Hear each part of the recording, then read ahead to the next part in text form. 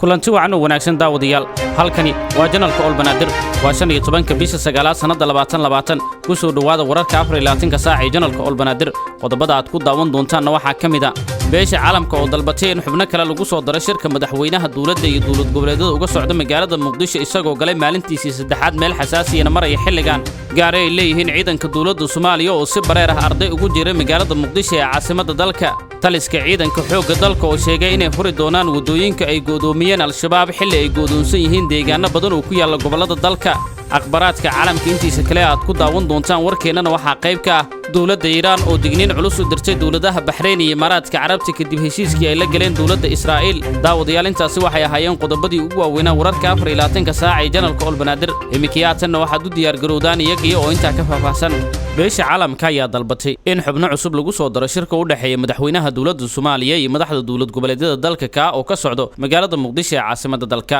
beesha caalamka ayaa soo dhaweysay dib u bilaabashada wada hadallada u dhaxeeya dawladda federaalka Soomaaliya iyo dawlad goboleedyada xubnaha ka dawladda federaalka oo haatan ka socda magaalada Muqdisho ee caasimadda dalka war-saxaafadeed ka soo baxay beesha caalamka ayaa waxa lagu yiri saaxiibada daneeya arrimaha Soomaaliya waxay madaxweyne Maxamed Cabdullaahi Farmaajo iyo madaxweynayaasha dawlad goboleedyada dalka ku boorinayaan inay ka qayb qaataan shirka muhiimka ah ee ka socda Muqdisho xilligan sidoo kale qoraalkan ayaa lagu sheegay in beesha caalamku ay rajeynayso in saamilada kale ee siyaasadda ee Soomaaliya ee muhiimka sidoo kale lagala tashan doono inta wada hadalladu ay hore u sii soconayaan si loo ballaariyo taageerada loo hayo heshiiska iyo hirgelintiisaba saaxiibadu waxay ku boorinayaan madaxda Soomaaliyeed in ay si buuxda uga wada qayb qaataan wada hadallada dhabta ah oo rajadoodu tahay in heshiis ballaaran laga gaaro hanaanka doorasho oo lagu kalsoonaan karo oo dalka laga hirgeliyo qoraalka ka soo baxay beesha caalamka ayaa ugu dambeyntii waxa lagu yiri saaxiibada caalamku waxay codsanayaan madaxda Soomaaliyeed in ay waxqabadkooda ku hagaan danta qaranka iyo sidoo kale himilooyinka dimuqraadiyadeed ee dadka Soomaaliyeed ay leeyihiin marxaladan taariikhiga ah war-saxaafadeedkan waxaa si wada jira u soo saaray ururada iyo dalalka kale ah Belgiumka boqortooyada midowga Britain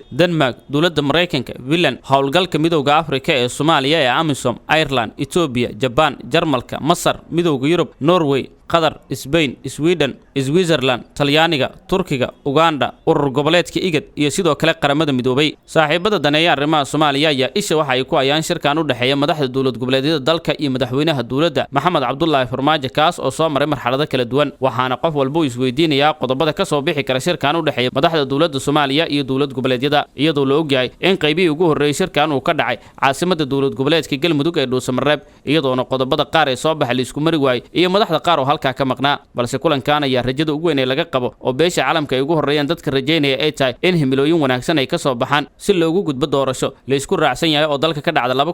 2020 gaari ay leedahay dawladda Soomaaliya ayaa caruur ku jiray magaalada Muqdisho caasimadda dalka iyadoona warar dheeraad ay ka soo baxayaan warar dheeraad ayaa ka soo baxay shil gaari oo ka dhacay degmada Shangaan ee gobolka Banaadir kadib markii gaari ay saarnaayeen ciidamo ka tirsan kuwa dawladda Soomaaliya uu jiray caruur wada mareeday goobjoogayaal halka ku suganaya waxay noo xaqiijiyeen in gaarigan oo ah nooca dagaalka oo Soomaalida u taqaan Cabdibilaha oo ku socda xawaare sare uu jiray caruur yaryar kuwaas oo ka imaaday iskuul falkan ayaa si gaar ah uga dhacay agagaarka xarunta degmada Shangaan ee gobolka Banaadir waxaana halkaas ku geeriyooday hal kamid ah caruurtii gaariga uu jiray halka kuwa kalena ay soo gaareen dhaawacyo culus dad shacab ah oo xilliga ka agdhow goobta uu falku ka dhacay ayaa gurmad u sameeyay caruurta ay waxyeeladu soo gaartay kana soo gaartay shilkaas uu sababay gaariga dagaalka oo ay leeyihiin ciidanka dawladda Soomaaliya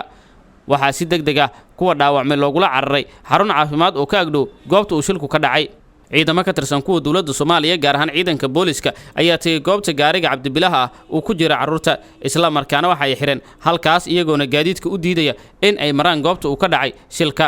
gaadiidka ciidanka dawladda Soomaaliya ay wataan ayaa xilliyada ay marayaan wadooyinka magaalada Muqdisho waxay yihiin kuwa xawaare aad u sareeyo ku socda waxaana inta badan ay geystaan shilal dadna ay ka soo gaaraan dhimasho kuwa kalena ay ku dhaawacmaan waxaana marar badan laga codsaday madaxda dawladda Soomaaliya in ay wax ka qabtaan darawaliinta u wada gaadiidka ciidanka dawladda Soomaaliya kuwaas oo halista ugu badan ay ka soo gaaraan dad shacab ah mana jirto ilaa iyo hadda cid si wax muuqata kaga qabatay codsiyadaas kaga yimaada bulshada Soomaaliyeed oo ku aadan in laga badbaadiyo halista kaga imaan karta gaadiidka ay wataan ciidanka dawladda Soomaaliya kuwaas oo ah kuwa xawaare sare lagu wado marka ay marayaan wadooyinka magaalada Muqdisho taas oo dib weyn u keenayso shacabka isticmaalaya wadooyinka magaalada Muqdisho iyo guud ahaanba caasimadda inteeda kale taliska ciidanka xoogga dalka ayaa sheegay in ay furi doonaan wadooyinka ay go'doomiyeen al-shabaab madaxweynaha maamulka koonfur galbeed cabdicasiis xasan maxamed laftagareen ayaa hoyga uu ka degan yahay muqdisho kulan kula qaatay taliyaha ciidanka xoogga dalka Soomaaliyeed General Odawa Yuusuf Raage. madaxweynaha ayaa taliyaha kala hadlay sidii ciidanka xoogga dalka ay uga qayb qaadan lahaayeen sidii loo furi lahaa wadooyinka go'doonsan oo al-shabaab ay go'doomiyeen ee ku yaala deegaanada maamulka koonfur galbeed. taliyaha ciidanka xoogga dalka Odawa Yuusuf Raage ayaa sheegay in dhawaan ciidanka xoogga dalka ay ka qayb qaadan doonaan maamulka koonfur galbeed howlgallada ka socdo halka oo laga bilaabi doono kuwaasna ay noqon doonaan kuwo la isku furi doono wadooyinka ay go'doomiyeen al-shabaab ee ka tirsan deegaanada maamulka koonfur galbeed. sidoo kale waxa uu sheegay inay qorsheynayaan howlgalla al-shabaab looga saarayo deegaanada ay ka joogaan gobolka Shabeellaha Hoose oo maalmihii la soo dhaafaba halkaas ka socday.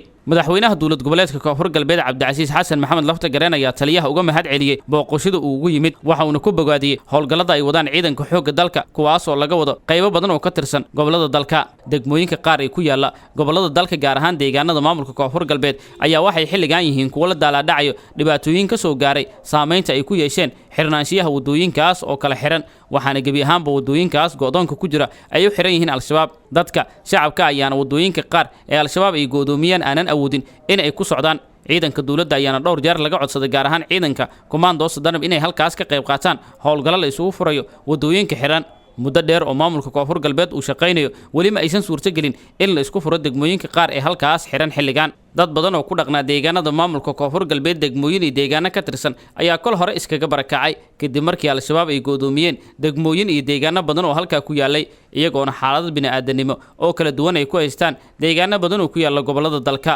waxaana dadkaas gebi ahaanba ay ahaayeen kuwa koonfur galbeed ka codsanayay in deegaanadaas la isku furo si halkaas mar kale dib ay ugu laabtaan deegaanadoodana ay noqdaan kuwa ay ku nagaadaan oo ay ku noolaadaan. lama og waxa ay ka bedeli karaan wadahadallada dhex maray madaxweynaha dowlad goboleedka koonfur galbeed iyo sidoo kale taliyaha ciidanka xoogga dalka Odawa Yuusuf Raage. waxaase la sugi doonaa howlgalka ay bilaabaan ciidanka xoogga dalka ee laga bilaabi doono deegaanada maamulka koonfur galbeed kuwaas oo ujeedadoodu ay tahay ka qayb qaadashada furnaanshiyaha wadooyinka xilligan al-shabaab ay go'doomiyeen.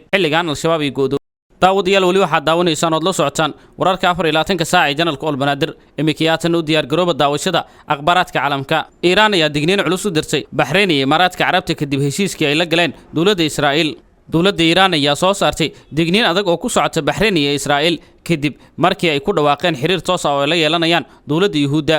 wasaaradda arrimaha dibadda ee dowladda Iiraan ayaa ugu horreyntiiba si weyn u cambaaraysay xiriirka Bahrain ay la yeelatay dowladda Israa'iil taasoo lagu tilmaamay inay tahay sharaf dhac aad weyn oo diiwaanka u galaysa dowladda Bahrain iyo hogaamiyahooda.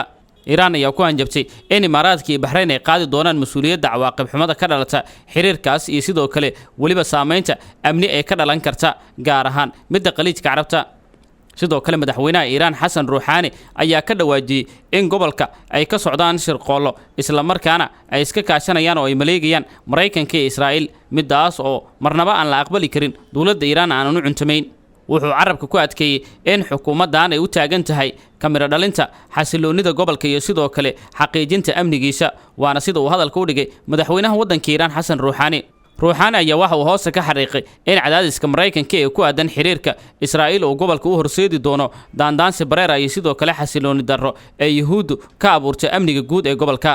hadalkan kulul ayaa imaanaya xilli ay soo baxayaan in ra'iisul wasaaraha waddanka Israa'iil Benjamin Netanyahu oo safar ugu ambabaxayo Washington si uu uga qayb galo xafladda saxiixa heshiisyadii ay la galeen Imaaraadka iyo Bahrain. Netanyahu ayaa horay ugu faanay in xiriirka Bahrain iyo sidoo kale Imaaraadka kuwaas oo ku tilmaamay in ay yihiin bil gudahood in Israa'iil ay heshay laba dowladood oo saaxiib dhow la ah heshiisyadaas oo noqdeen kuwa taariikhda galay sida uu hadalka u dhigay taas oo qayb ka noqonaysa nabadda gobolka waana sida uu hadalka u dhigay ra'iisul wasaaraha waddanka Israa'iil Netanyahu.